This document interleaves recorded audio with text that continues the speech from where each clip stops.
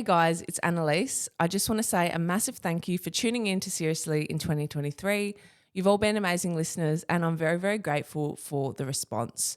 Merry Christmas and Happy New Year's from Annaliese and producer T.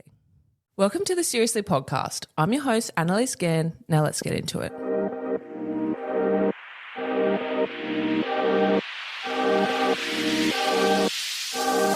Welcome to the Srsly Podcast, where we make light of serious conversations with really interesting people. In 2012, aged 18 years old, Liz Parnov became the youngest competitor in Olympic history to contest the women's pole vault. Almost 1 decade on, Liz now boasts an even more impressive resume, which includes being a 2-time Olympian after she was selected to compete in Tokyo in 2020. Since reaching peak stardom as an athlete, Liz has also gone on to win Australian Survivor in 2023, model with one of Australia's biggest agencies, and date an icon in the fashion industry, Daniel Bradshaw, owner of StreetX. Liz has done a lot, and I can't wait for you to all hear of what she has to say on this Srsly chat. Here she is. Liz, welcome to Srsly. Hello, good morning. How are you? Good, how are you? I'm good. We met a few weeks ago, and when we met, you were like, I'm a self-confessed introvert. Yeah, I am. Which is amazing because like you've been on TV, like you've done so much. You're like a world famous athlete. Yeah, I don't know. I feel like in like the sporting world, I'm extroverted and then socially I'm an introvert. It's really weird. But like Really? I don't know. I feel like I just get like really shy. Like I went to the event on my own because I'm like really trying to force myself to get out there and engage more in like the social media world. I hate saying that, but like you know what I mean. Like going to events and stuff. And like I never, ever, ever used to do that because I'd be so nervous that like I wouldn't know anyone and I'd be awkwardly standing there on my own. But I feel like I've done it a few times now and I'm like, okay. I was just so happy to see you there because I feel like that's the first event I've met you at. Yeah, properly. It was the first one I went to properly. Okay, cool. That makes sense. But I just want to ask you a few questions, obviously. You've achieved so much in your life, but I want to start from the beginning. Yeah. When you moved to Australia, when you were 2 from Moscow in Russia. Yeah. What was that like? I don't remember because I was a baby, but I mean, my parents moved to Australia for a better life to give their kids more opportunities. Obviously, at the time in Russia, it was a bit rough. So, yeah, my mum and dad just moved here. It was either Australia, New Zealand or America. And Dad had gone and, like, sussed the 3 and he got offered a job in Australia. So he was like, yep, we'll take it. So we moved. They didn't know any English and they just pretty much figured it out on the fly. And, yeah, it was the best thing they ever did for us. Did you move to Perth? So we moved to Adelaide for 3 years and then we relocated to WA and I've never left since.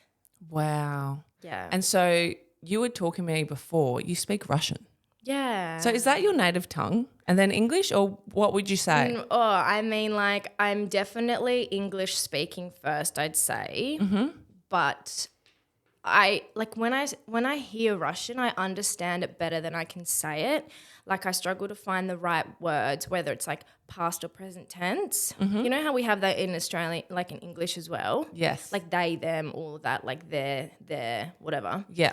And obviously being removed from people that constantly speak Russian around me, I'm lazy. So I don't practice it. I don't speak it. So having my parents around, they're here at the moment visiting from Russia for Christmas. Oh, beautiful. It's really nice because I'm like, yep, I'm forcing myself to speak Russian. I'm going to just like retrain my brain and then, yeah. So they speak Russian with you only?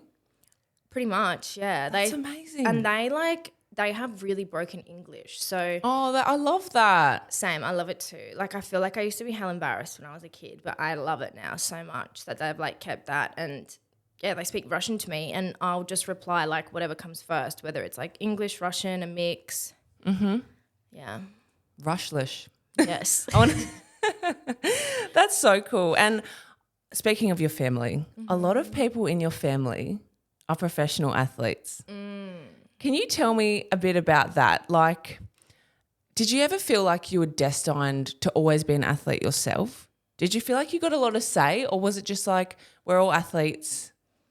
Yeah, I feel like it was just the environment that I was kind of like brewed in a way. Like it was just what everyone did, everyone trained, everyone went down to the track. Like that's how I essentially got into it, is because my dad was a coach and my mum would just take us down in the pram. We'd walk around, we'd play in the sandpit. So it was just like it very organically just kind of happened. And then it got to the point where we would be like, oh, like what's dad doing over there? Like let's go join in. And so then we'd join in and then we'd slowly pick up the pole and like start doing exercises. And I think it was just we were, what's that saying where it's like you are a result of like your environment kind of thing. Like it was just really natural. Mm-hmm. And you're a pole vaulter. Yeah. Well, you've recently retired. Yes, ex-pole vaulter. So why did you choose pole vaulting? And was there any other athletics that you liked but you weren't necessarily the best at? Or was like that, were you just like, I always wanted to be a pole vaulter?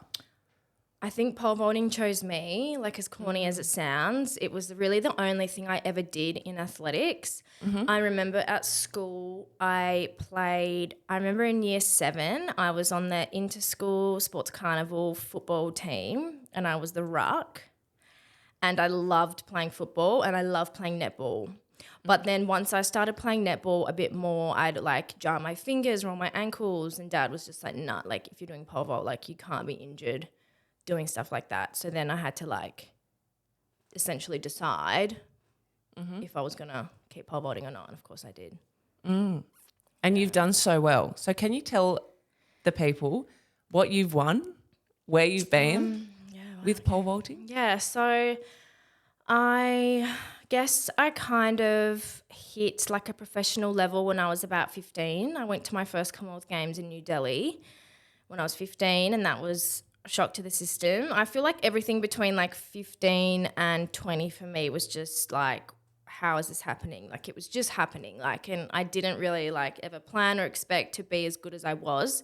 I went to multiple youth. Wait, what did I even do? I went to World Juniors multiple times, World Youth Championships. I went to the Youth Olympics. I actually got silver in all of them. I never got a gold. Oh, wow. That's amazing though. I know, but like, Yep. pissed. Yeah. And then I, as an adult, as like a senior, I went to 3 Commonwealth Games and 2 Olympics. Wow. Yeah. Can I ask from like a personal point of view, what was going to the Olympics like, and like what was the villages like? I've just always wanted to know.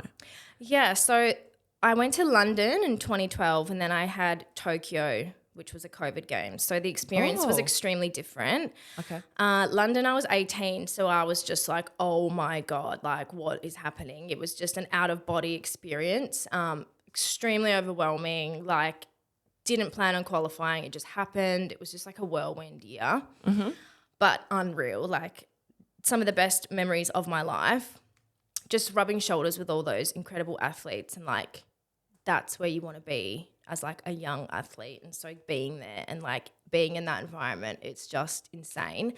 And then Tokyo was really crap. Like it was very underwhelming. Like the village wasn't half finished. We couldn't go anywhere. We couldn't do anything. We literally had to eat at the dining hall, sit in our room, go to training, sit in our room. Like there was nothing. So for me, I feel like an Olympics is like a full package experience. Like, yes, you're there to compete, but it's also like a celebration of the games and like everyone coming together, and like the city that you're in comes alive, and it's like this whole like festival kind of thing. So Tokyo didn't have that, and it was just a bit like flat. That's interesting that you say that, because I've seen the Olympics obviously on TV, never been, and I'm obviously not an athlete, but every time I've watched it, I'm always interested to know the opening ceremony is such a vibe. It's so vibey, it's so much energy. How much time then do you have before your events, and how do you come down from that nice and slow without like burning out? Yeah. So I actually never did an opening ceremony for that reason, because it's usually athletics is at the start, I'm pretty sure. So it's like a 2-week kind of Olympic Games period, and they kind of split up what events are on at what time. And so I always found that for me personally, I preferred not to go to the opening ceremony because I think it was just too overwhelming, like too many emotions. You're just like, oh my God, this is it. Like I've made it, blah, blah, blah. And I think you can feel quite burnt out after. I mean, everyone's different. Some people can go and use it as like motivation and fire, but I never did an opening ceremony for that reason. I just tried to like lay low and chill. And then I did the closing ceremony, which was just like a big party and fun and like, yeah, just like everyone. Get loose. Yeah, getting loose, having a few drinks. Can you take me through your race day routine? Like what did you have any like specific things that you're superstitious about or you're just like, I have to eat this, I have to do this, I have to tie my shoes like this? Like what was your routine?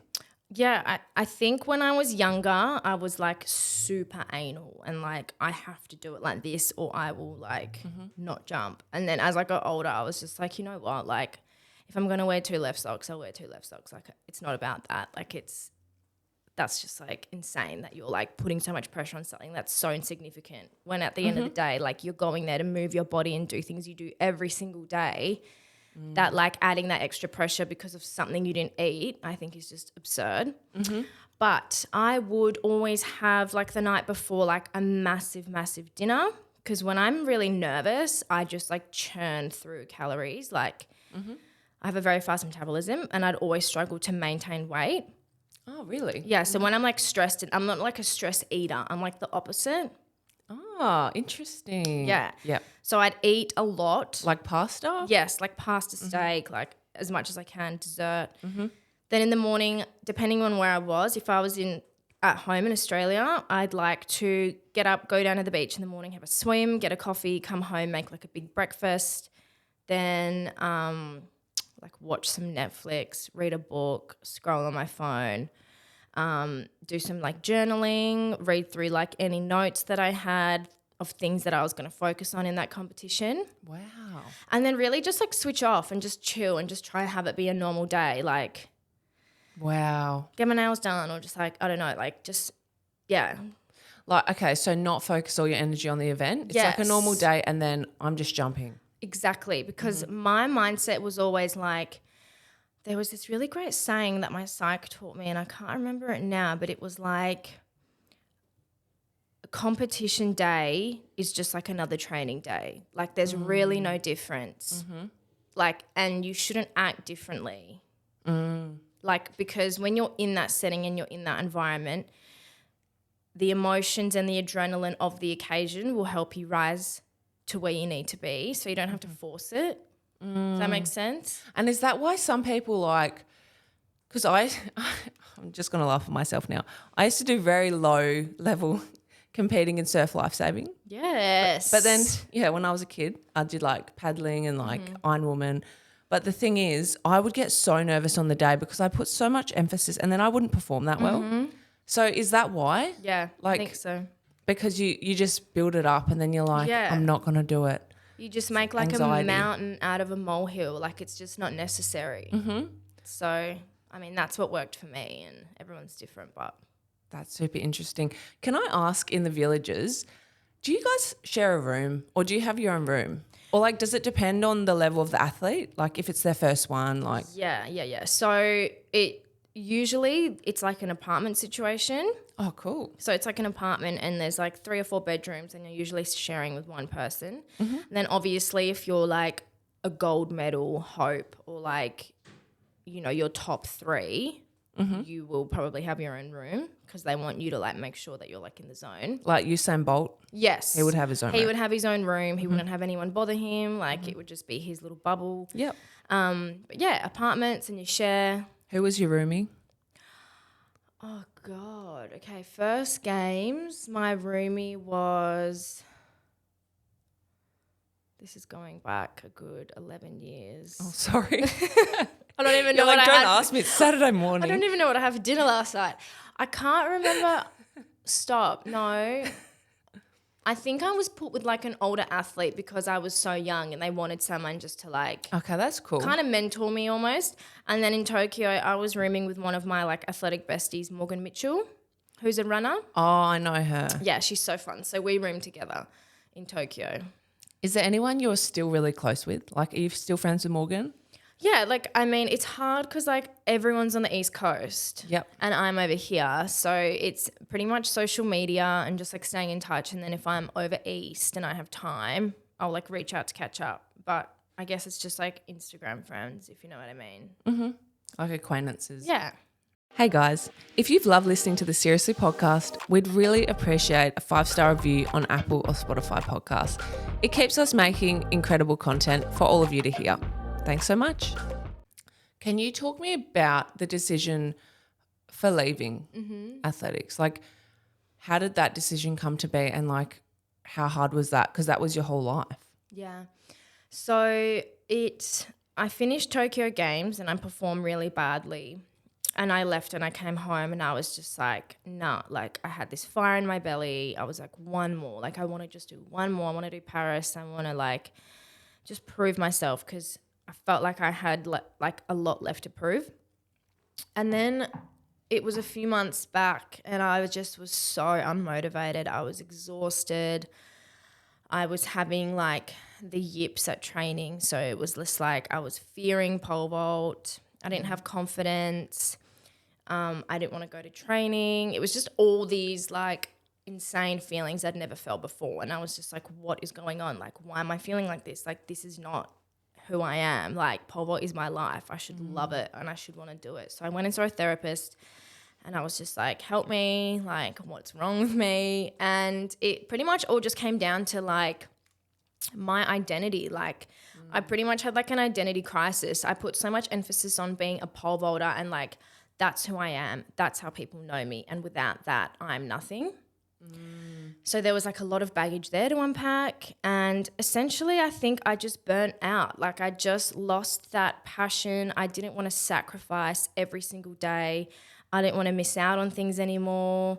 You know, I was 27, turning 28 at the time. And so I was like, you know, in my mind, I want to have kids, like early 30s. So I was like, I've got a couple of years to fit everything in that I've always wanted to do that I haven't been able to do, like take a holiday and travel and I don't know, like eat whatever I want, like just like the little things. So it took me about 6 months to come to the decision because it wasn't something I wanted to, you know how athletes say they retire and then a month later they're like, I'm back. And then they just like keep going back and forth. I was like, I don't want that. Like I just want a clean cut. And so it took me a while. And then when I was on Survivor, actually, I had a lot of time to myself to just like reflect and be with my thoughts. And I just thought, no, like there's more to life now. Like I want to try out other things. And I feel so blessed that I had like 15 years of this incredible life. And essentially now I get to start a whole new life.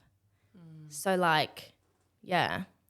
Thank you for being so honest because I feel like a lot of people can relate. Like your job becomes your identity.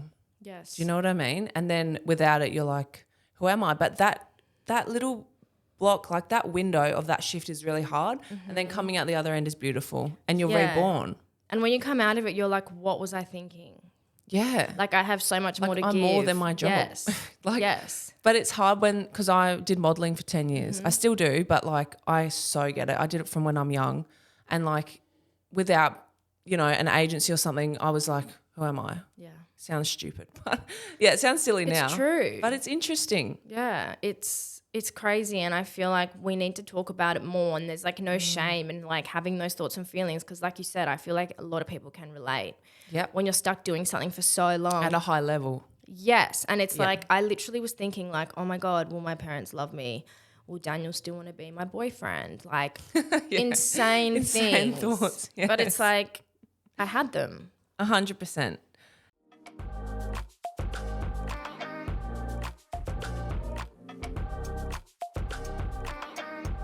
Now, people listening might know you from Survivor. And you are the winner of Australian Survivor Season 8. How did the show come to be? Yeah. Did they approach you? Tell me everything.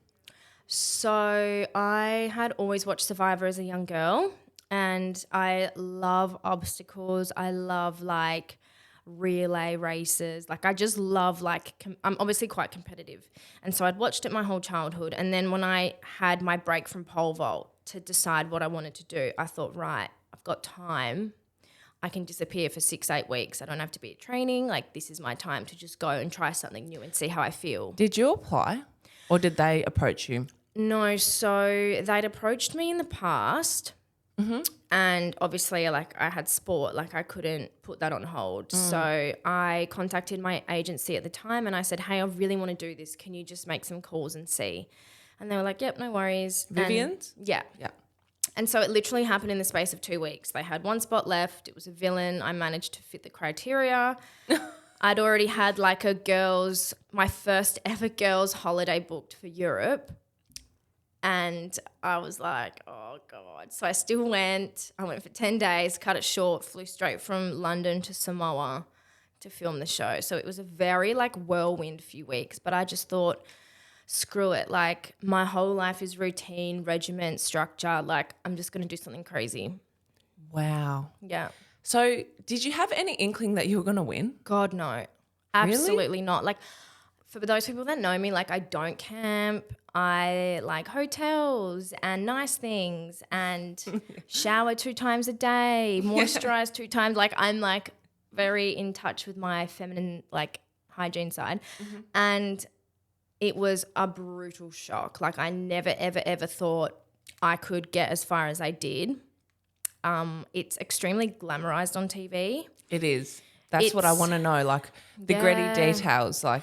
Watching it, I'm like before I went on, I was like, oh, I can easily do this. Like how hard can it be? Like it's so chill. And then you get there and they drop you and that is it. Like they genuinely drop you. You try to talk to the producers. They pretend they're not there. Like they don't reply to you. They don't respond. Like it is insane. And so I think I was just in like fight or flight for like a good week because I was like, can I swear? Go for it.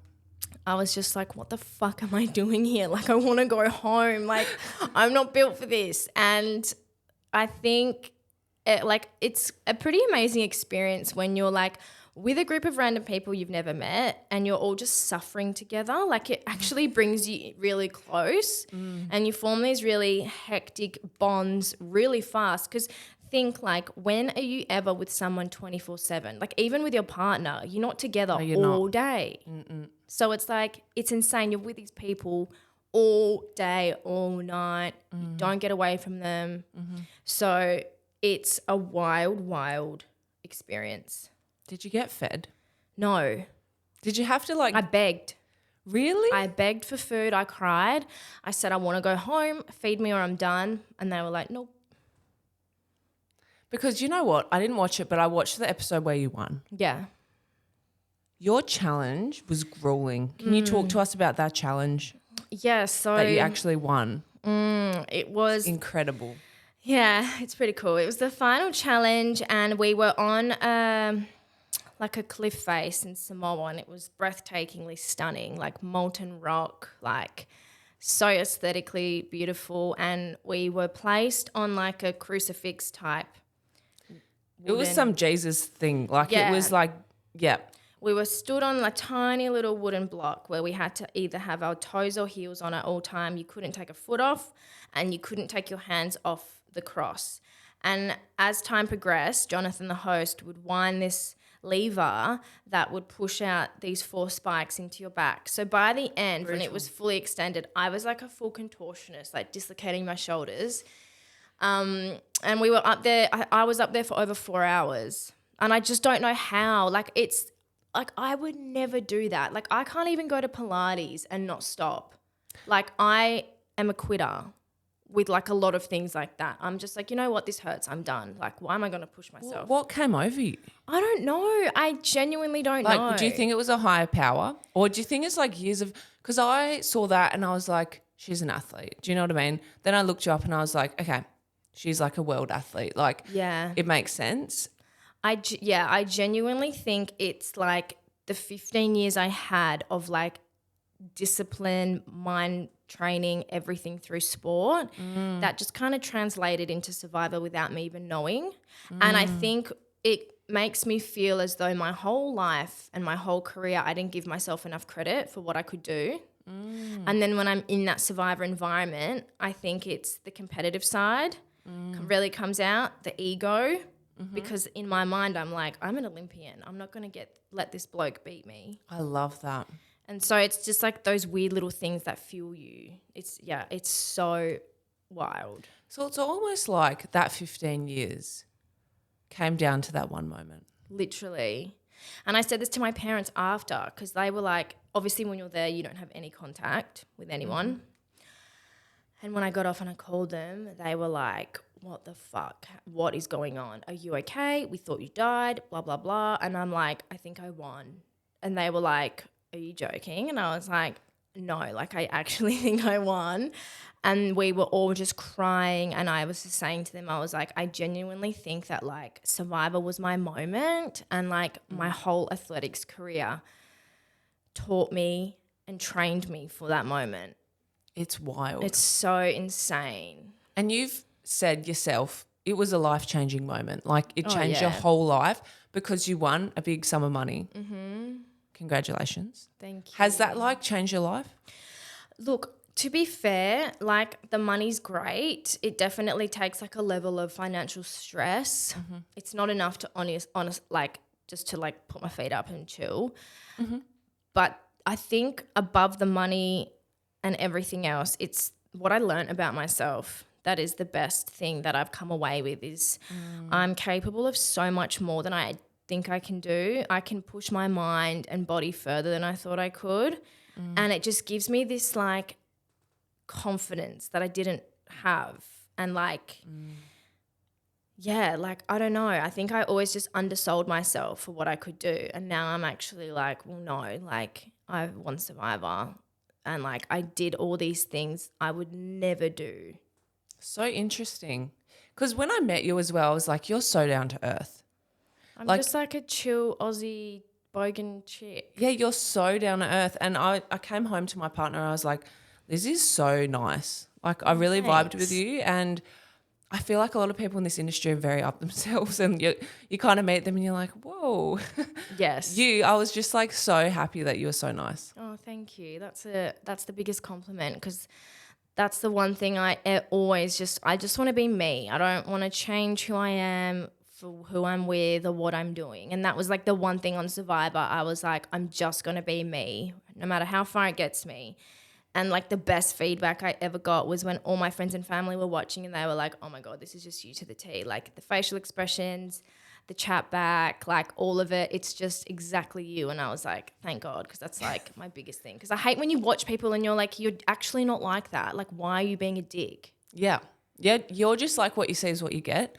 I feel like I'm the same. Yeah, you are. I don't know how to act. That's why I've never done freaking acting. I'm shit at acting, as everyone tells me. Thanks, guys. Can we talk about the fame element? Like you came off Survivor. How has it been like transitioning? Obviously you got a lot of media attention in your athletics career, but like reality TV is another ball game, especially Survivor. Has that changed for you? I don't think so. I don't know. I just feel like I'm just the same. Like I do the same things. Do you get recognised? Yeah, I do, but only I'm realising now that I'm going to all these events and I'm going there and I'm like, no one knows me. And then they're all like, Liz, oh my God, well done. And I'm like, oh shit, you guys watched. Like I feel like I'm so desensitized, like I'm just so removed from that world that like I don't actually know that people know me. Interesting. So I'm just like chilling at home, like whatever, like just going to my local shopping. Like I'm just so normal and like not about that when I go to these events and I've got people talking to me the whole night, I'm like, oh God, people actually know me. Like I need to like, No, but I think that's refreshing. Yeah. I like it. I really like your vibe. Thank you. Now, you're dating fashion icon Daniel Bradshaw, owner of StreetX. Mm-hmm. Can you tell me about that? How'd you guys meet? Yes, so we met almost 6 years ago. Oh, really? In a couple of weeks. It's gone very quick. He was in my DMs for a very long time. Modern day romance, guys. And I was like a serial dater when I was younger. Like I was just never single. And so like I'd always be with a guy and I'd just like reply or like leave him on scene or like reply a month later and just be like, oh, so sorry, I missed your message, blah, blah, blah.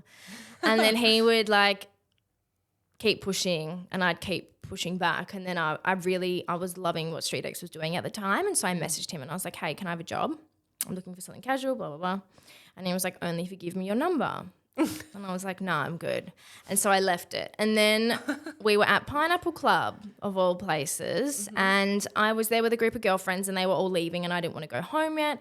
And they were like, oh, come meet Daniel. Like, you will get along with him so well. They were mutual friends. And I was like, oh, my God, it's this guy. Like, I can't. He's obsessed with me. I don't want to say. Yeah, and he was wearing a Brisbane Lions footy players kit, like singlet and shorts. He's very eccentric. He's very out there. Love. And I was just like, who is this cat? Like, I'm not sure this is my vibe. And then we got introduced and that was it. We just hit it off. Hit it off. He's the most amazing person. And yeah, like we literally are just like made for one another.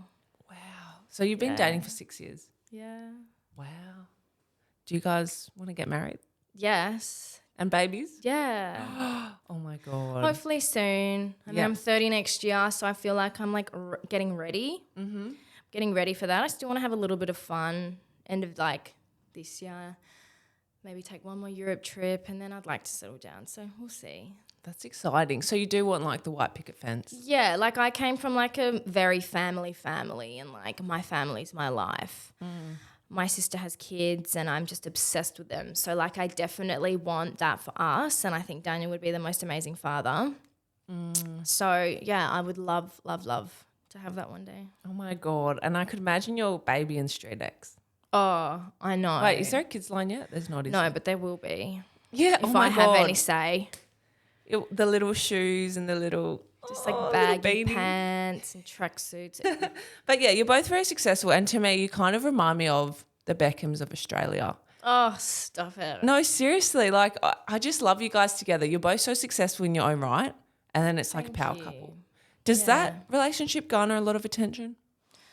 I don't know. I just don't really look at it. Like I don't know. That. Like I'm just in my bubble. Yep. Like I don't really listen to anything or read anything. Like we've had a few Perth Now articles, which is just like, surely you've got better shit to be reporting on. Like A few. There's like 100. yeah, but like we're literally just like a standard couple. Like it's just not both very newsworthy. I successful. think it's ridiculous. But I do feel like us both having our own like strong passions and desires and like work ethic to our dreams makes us work better because it's like we both understand each other's sacrifice and like I know when he's working late, I would be doing the exact same thing. Do you know what I mean? So it's like we just get each other. That's what you need.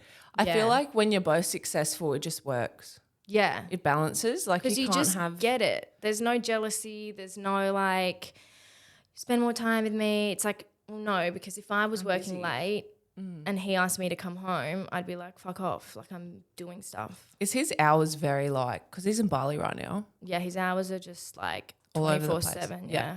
Being a business owner. Yep.